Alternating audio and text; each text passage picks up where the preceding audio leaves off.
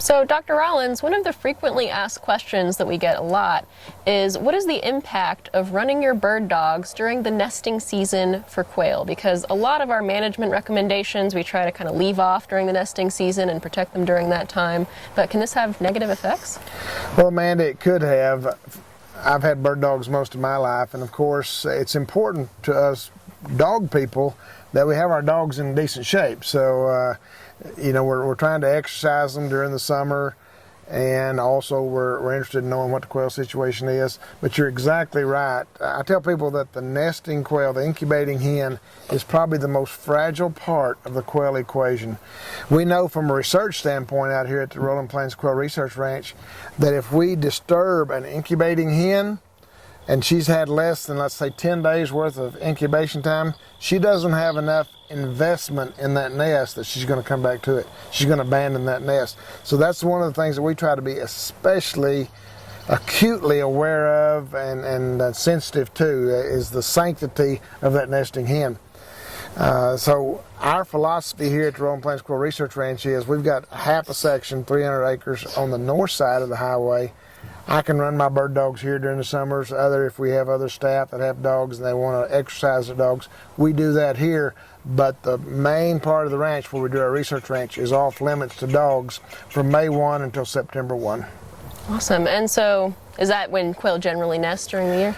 Quail are typically going to be nesting anywhere from mid-April to about September 1 at this latitude. They can nest longer in South Texas because of the longer growing season.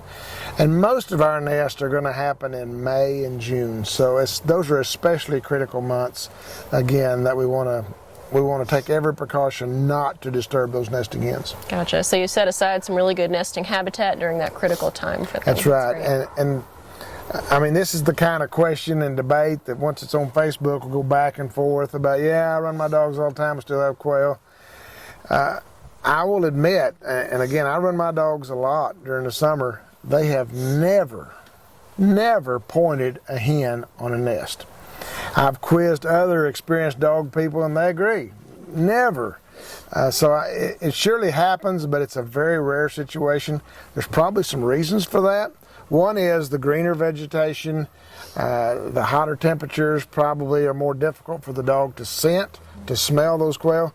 And then I'm not convinced that when quail don't have an adaptation that basically makes them odorless when they're sitting on a nest. So whether or not that's because they're eating a lot of insects, I don't know exactly, but the risk of them pointing a nest is fairly low, but in my opinion, it's just still too great a risk to take. So avoiding quail nests is one thing, but what about broods? What about when those hens or that rooster gets little bitty chicks that are out there following them around? And it's probably a very different temptation for the dogs, right? Again, and a very fragile time. We don't do any kind of research activities out here trying to estimate brood survival like some other places are doing. In my opinion, quail chicks are just too fragile to mess with. And so we basically, we just say hands off. We'll let them get to be a month old and then we'll begin to count them, kind of thing. But yes, whereas my dogs have never pointed a quail on a nest, if they're running during that June time frame, it's not unusual for them to run through a brood of quail. And again, if those chicks are a month old, they're decent flyers. If they're a day old, that's a different situation. So again, a good reason to refrain from running your dogs in quail habitat, especially in our case during that May, June, July time period. Absolutely. One last thing to stress those little quail chicks out. Again, they are so fragile. I tell people that a bobby white chick is like wet toilet paper. You just can't handle it without something happening, kind of thing. So I just respect that, and again, step back from that and say we're going to leave them alone during this time frame. Okay, and you brought up the high temperatures we get with these Texas summers. I know that even for me and you, it can be kind of harsh being outside for a long period of time in the summer. Are there any concerns with having your dogs out here exercising? Absolutely. A cool time for us would be, late evening. It might still be 85, 90 degrees. So those exercise bouts need to be very short. And then you always need to have an opportunity to cool off, jump in a water trough, a pond, or whatever the case might be. They'll take full advantage of that. The other concern is about running dogs during the summer, of course, is the threat from venomous snakes. And obviously most of the quail range in Texas is also home to diamondback rattlesnakes. So you need to be cautious about that.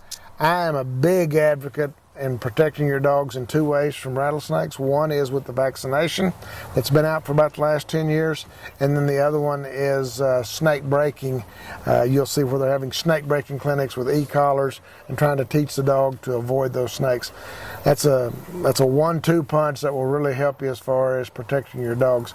But the heat and the rattlesnakes are something you surely need to be cautious about. Have you had direct experience with your dogs and having rattlesnake incidents? I've only had one dog in the last 30 years that was ever bitten by a rattlesnake. Got bit right here on the jaw muscle when that dog was about 11 months old. I assume that it's probably smelled the snake, stuck its head, and got stung as a result of that. The dog survived, but ever since that time, like I said, that happened just about the same time that vaccination came out, and I make it a point to vaccinate mine and get their annual boosters each year too. Okay, better safe than sorry. Exactly. Sure. And that better safe than sorry, again, not only for your dogs, but this whole deal about the quail. Again, there are places on your property that you can probably run your dogs, exercise your dogs, that have a low utility for quail. Like I use these food plots up here. You know, we hardly ever say anything good about coastal Bermuda grass and quail, but if you got coastal Bermuda grass, a great place to run your dogs, and the threat of disturbing any quail is almost nil in that respect. So some of those places, just try to stay out of your quality nesting habitat and avoid the problem. Okay, there you go. So your goals are mostly just to give the quail their space and also give your dogs some space where they can get some energy out and get some exercise and not get too lazy during those off-season months. And hoping that the two don't intersect until the first Saturday in November. Absolutely. When the quail season starts.